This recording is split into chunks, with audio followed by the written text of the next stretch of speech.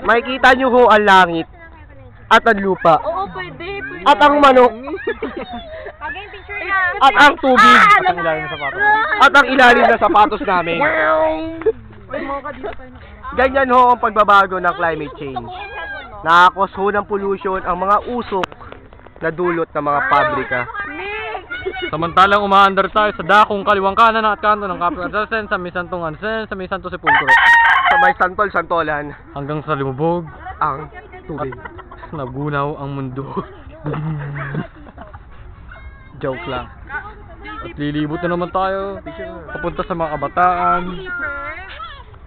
Sir, mapapansin nyo, kanina umulan ng malakas, tas biglang ganito na. Ayan ho. Makikita nyo, sir.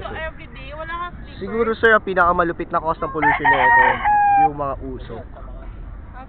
Mga usok ng mga kotse, pabrika, at kung ano pa.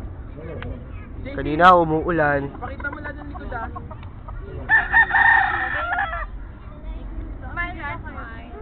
Kanina umuulan. Ano ba naman itong camera man?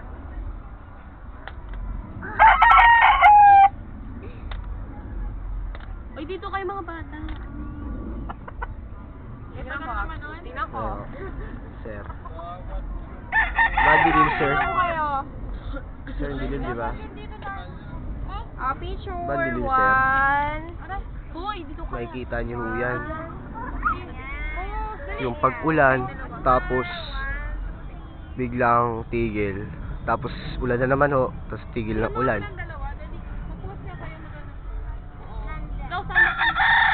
Good, sir. Dumating Superman. Tignan nyo, sir.